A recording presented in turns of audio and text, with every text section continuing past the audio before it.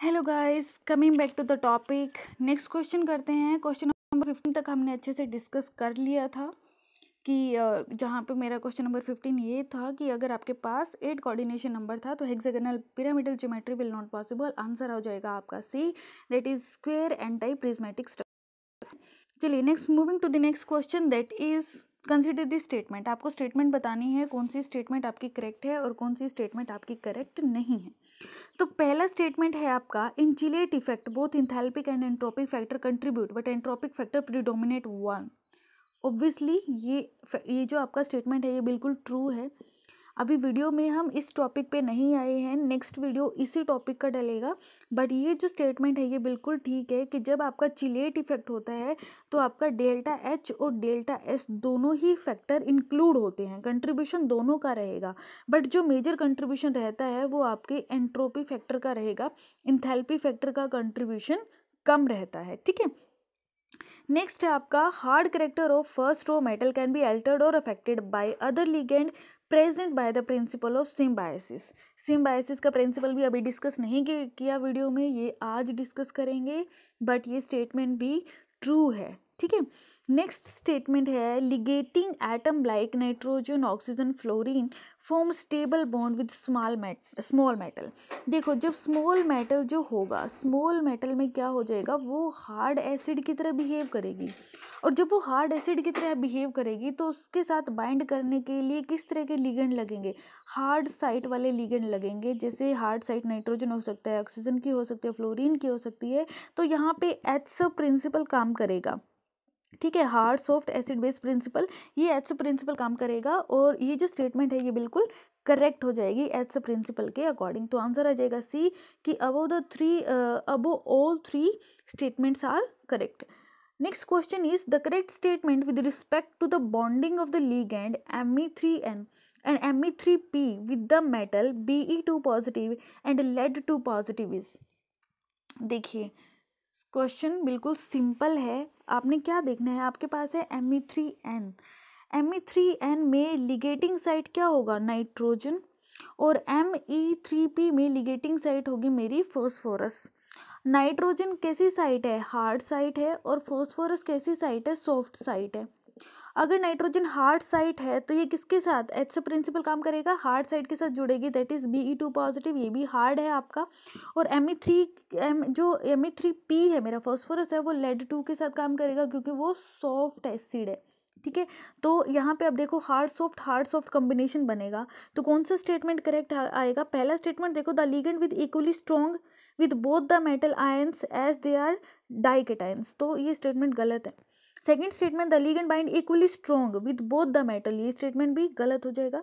Third statement जो है वो है हमारे पास, the metal is stronger for Me3N with Be2 positive and Me3P with lead2 positive. तो ये स्टेटमेंट मेरा बिल्कुल करेक्ट है कि हार्ड साइड मेरी हार्ड के साथ जाएगी और सॉफ्ट साइड मेरी सॉफ्ट के साथ जाएगी। तो एच सा प्रिंसिपल अप्लाई होगा, option C is the correct answer.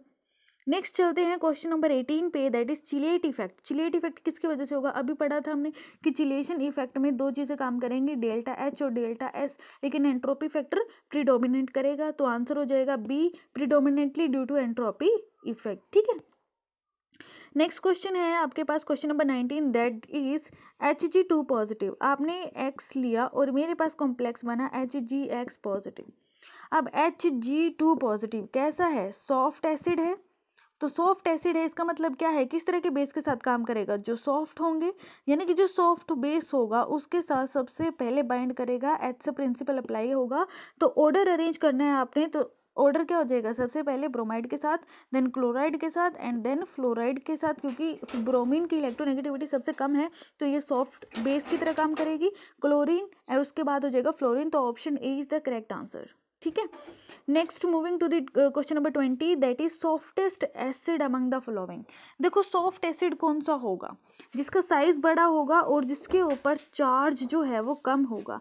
तो Ag सिल्वर, Ag पॉजिटिव, इसका साइज बड़ा है और इसके ऊपर चार्ज भी कम है। तो ये किसकी तरह काम करेगा, मेरा सॉफ्ट एसिड की तरह। ठीक है, लार्ज साइज, लो चार्ज, तो वो किसका करेक्टरिस्टिक्स है, आपका सॉफ्ट एसिड का। क्वेश्चन नंबर 21 है, the ligand with only sigma bonding character. देखो CN हमें पता है ये क्या है, पाई एक्सेप्टर मॉलिक्यूल है, तो इसमें ओनली सिग्मा बॉन्डिंग करेक्टर नहीं होगा। CO भी इसी तरह का लिगेंड है, उसके बाद NO भी उसी तरह का लिगेंड है, तो सिर्फ सिग्मा बॉन्डिंग करेक्टर किस में होगा, CH3 नेगेटिव में, क्योंकि उसके पास सिर्फ एक ही लोन पेयर है। और यही हमने पढ़ा था सिग्मा बॉन्डिंग कौन से लिगेंड होगी, जिनके पास सिर्फ एक लोन पेयर होगा। तो option C is the correct answer. Question number 22 है the coordination number and geometry of cerium. Cerium किसका है, 4D का, निकल जाएगा। 4D है तो NO3 किसकी तरह काम करेगा, डाइडेंडेंट लिगेंड की तरह, तो कोऑर्डिनेशन नंबर हो जाएगा 12, शेप हो जाएगी आइकोसाहेड्रल। याद रखना है कोऑर्डिनेशन नंबर 12 में सीरियम, जो ये मेरा कंपाउंड है सीरियम, NO3 बाहर है 6 और चार्ज है 2 नेगेटिव, तो यहाँ पे सीरियम जो है वो +4 ऑक्सीडेशन स्टेट में है, कोऑर्डिनेशन नंबर है यहाँ पे 12 और शेप हो जाएगी मेरी आइकोसाहेड्रल। उसके बाद हमारे पास आता है जी, next question is question number 23। तो 23 ऑलमोस्ट हम कर चुके हैं पहले भी। पॉलिंग स्केल ऑफ इलेक्ट्रोनेगेटिविटी क्या यूज़ करता है, थर्मोकेमिकल डाटा, तो ट्रू है। जनरली अमोनिया लिगेंड का काम करेगा, PH3 is not act as a ligand, ये भी ट्रू है। कॉम्प्लेक्स ऑफ आयरन में NO कैटायन के फॉर्म में प्रेजेंट रहेगा, ये भी क्या है, ट्रू है। क्वेश्चन नंबर करते हैं 24, यहाँ पे ट्रू फॉल्स बताना है। तो आपके पास मेटल है निकल +2, निकल +2 generally does not combine with CO। जैसे आपको कंपाउंड पता है निकल टेट्रा कार्बोनिल, कार्बोनिल क्या है, मेरा सॉफ्ट बेस है, पाई एक्सेप्टर है, या जिसको बोल सकते हैं पाई acid ligand.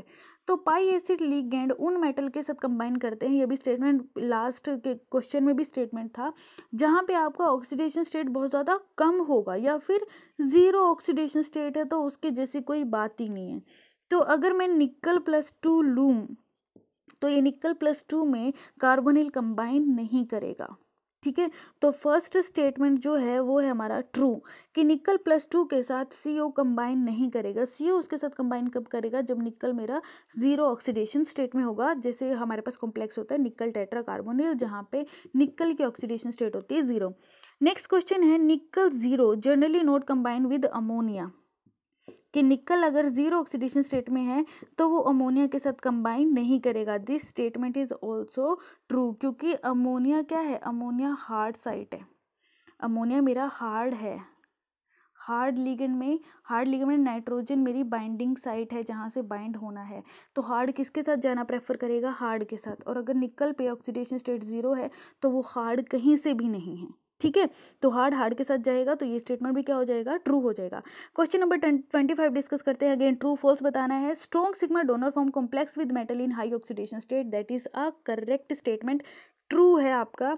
Strong sigma donor complex जिसके पास एक ही लोन पेयर होगा वो हायर ऑक्सीडेशन स्टेट के साथ कंबाइन करेंगे। और जो मेरे कैसे होंगे, पाई एक्सेप्टर, पाई एसिड, वो किस तरह के मेटल के साथ जाना पसंद करेंगे, जहाँ पे ऑक्सीडेशन स्टेट मेटल का कम होगा। ये स्टेटमेंट्स अपने दिमाग में रखिए कि sigma donor high oxidation state वाले मेटल के साथ कंबाइन करते हैं, और जो मेरे पाई एक्सेप्टर या पाई एसिड लिगेंड है वो लो ऑक्सीडेशन स्टेट वाले मेटल के साथ कंबाइन करना प्रेफर करते हैं।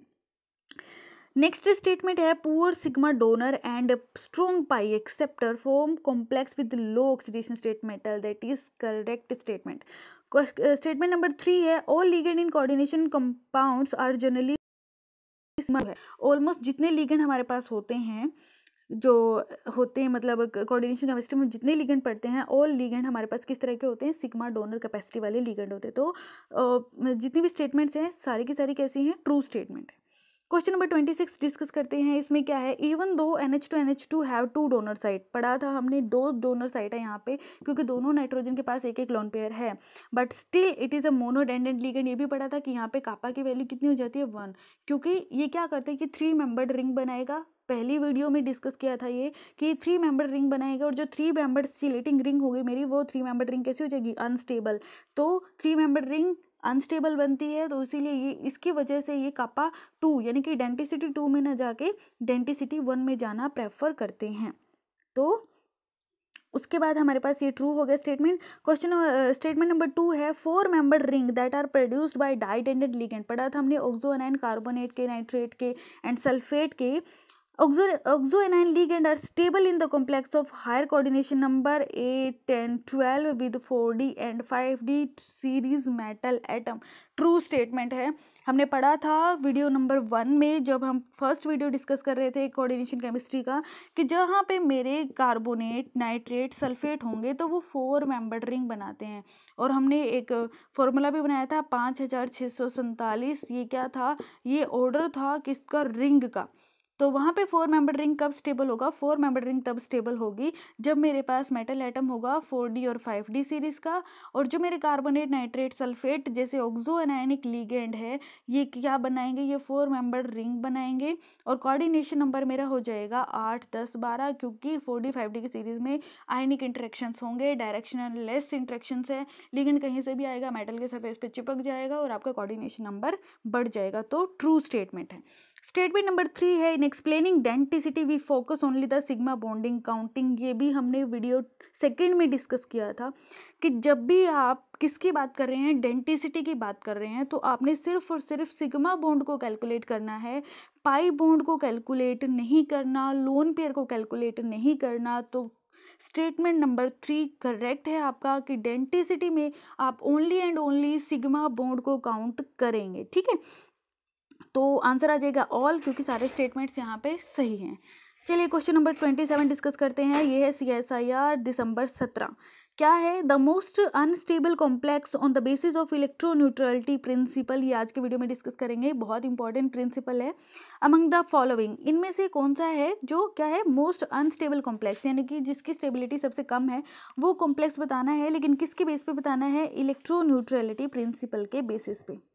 ठीक है, चलिए, तो इसका आंसर आता है आंसर बी। अब क्योंकि हमने इलेक्ट्रोन्यूट्रलिटी प्रिंसिपल वीडियो में डिस्कस नहीं किया, तो इस क्वेश्चन को हम रख लेते हैं पेंडिंग, क्योंकि जब हमारा ये क्वेश्चन हो जाएगा वीडियो में तब हम इस क्वेश्चन पे वापस आएंगे और इसको दोबारा से समझेंगे। अभी के लिए इसका आंसर हो जाएगा हमारे पास, आंसर इज बी।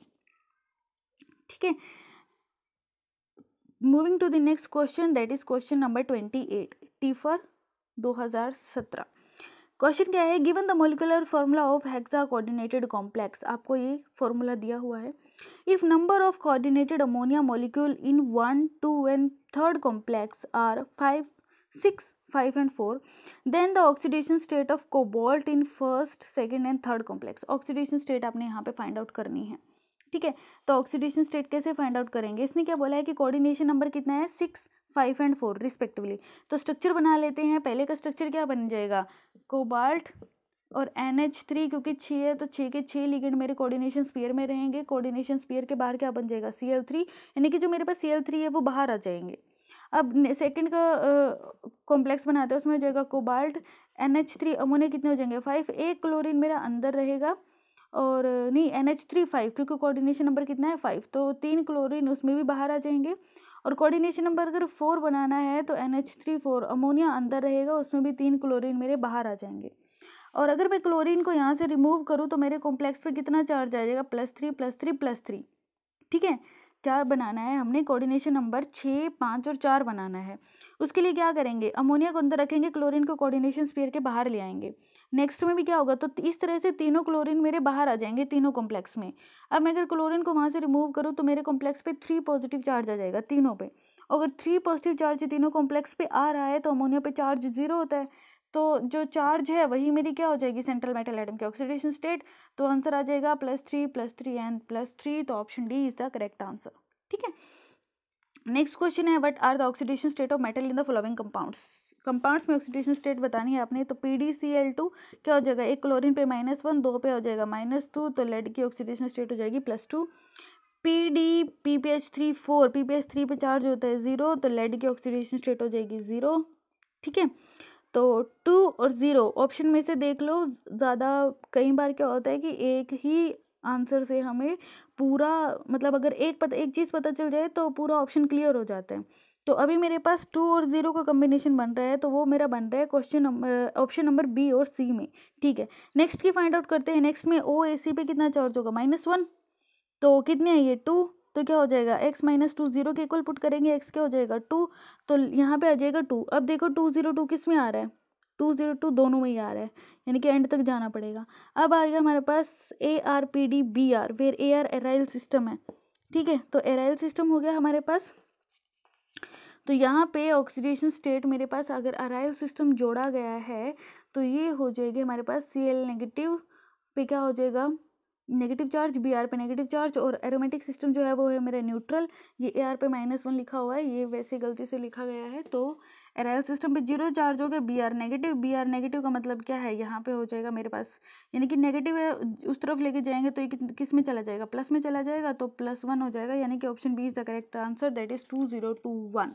ठीक है, क्वेश्चन नंबर 30 डिस्कस करते हैं। क्वेश्चन नंबर 30 क्या कहता है, according to Irving Williams series, अभी पढ़ा नहीं है तो इसको छोड़ देते हैं, इसके ऊपर जब वीडियो आएगा इरविन विलियम्स सीरीज का, इस क्वेश्चन को तब उठा लेंगे हम। ठीक है, क्वेश्चन नंबर 32 है, the oxidation state of metal copper in complex. Oxidation state find out करनी है आपने। तो ऑक्सालेट पे कितना चार्ज होगा, -1, 2 पे कितना हो जाएगा -2, तो x -2 = +2 के इक्वल पुट करेंगे, यानी ऑक्सालेट पे -2 चार्ज होगा, तो -2 चार्ज हो जाएगा, तो 2 × 2 -4 = -2 उधर लेके जाएंगे, कितना हो जाएगा +4, तो ऑक्सीडेशन स्टेट आ जाएगी यहाँ पे +2। ठीक है, क्वेश्चन नंबर 33 डिस्कस करते हैं, the coordination number of Fe, coordination number बताना है आपने आयरन का कितना होगा। ठीक है, तो कोऑर्डिनेशन नंबर आपको यहाँ से क्या लग रहा है, ऑक्सालेट किसकी तरह काम करेगा, ऑक्सालेट में 2 हमारे पास ऑक्सीजन होती हैं जो बाइंड करती हैं, तो क्या हो जाएगा, अगर 1 2 से बाइंड करता है तो 3 कितने से बाइंड करेगा, 6 से, तो ऑक्सीडेशन कोऑर्डिनेशन नंबर कितना हो जाएगा हमारे पास, 6 हो जाएगा यहाँ पे कोऑर्डिनेशन नंबर। ठीक है, उसके बाद हमारे पास होता है C2O4, 2 नेगेटिव होता है ना ये, हाँ, तो उसके बाद हमारे पास आता है यहाँ पे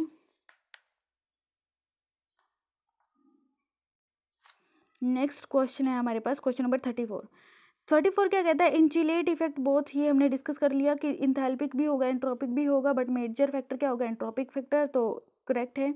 hard character of first row metal can be altered और affected by other ligand present by principle symbiosis, ये भी ट्रू है, अभी डिस्कस करेंगे।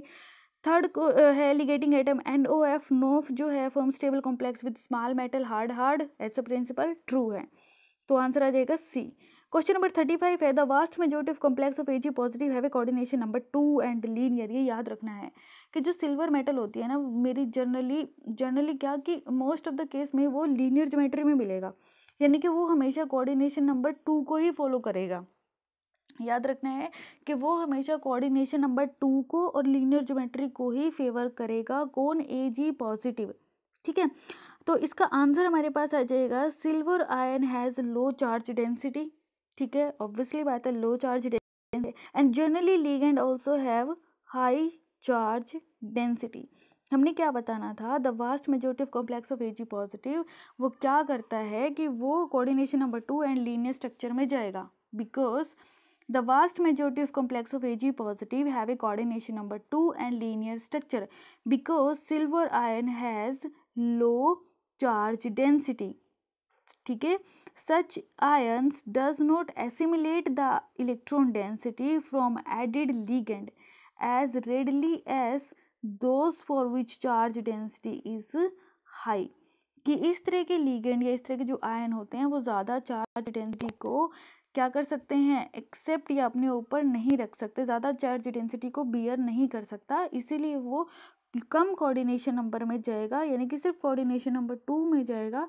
और शेप कैसी हो जाएगी, हमारी शेप हो जाएगी यहाँ पे लीनियर शेप। ठीक है, सो आज की DPP हमारी कंप्लीट हो गई है। ये थी हमारी DPP जो हमारे लेक्चर फर्स्ट और लेक्चर 2 हुआ है कोऑर्डिनेशन केमिस्ट्री का, उससे रिलेटेड DPP थी। आपको कोई डाउट लग रहा है तो आप पूछ सकते हैं, आपको आंसर की चाहिए तो आपको आंसर की भी मिल जाएगी। And if you like this video please like, comment, share, subscribe the channel. Thank you.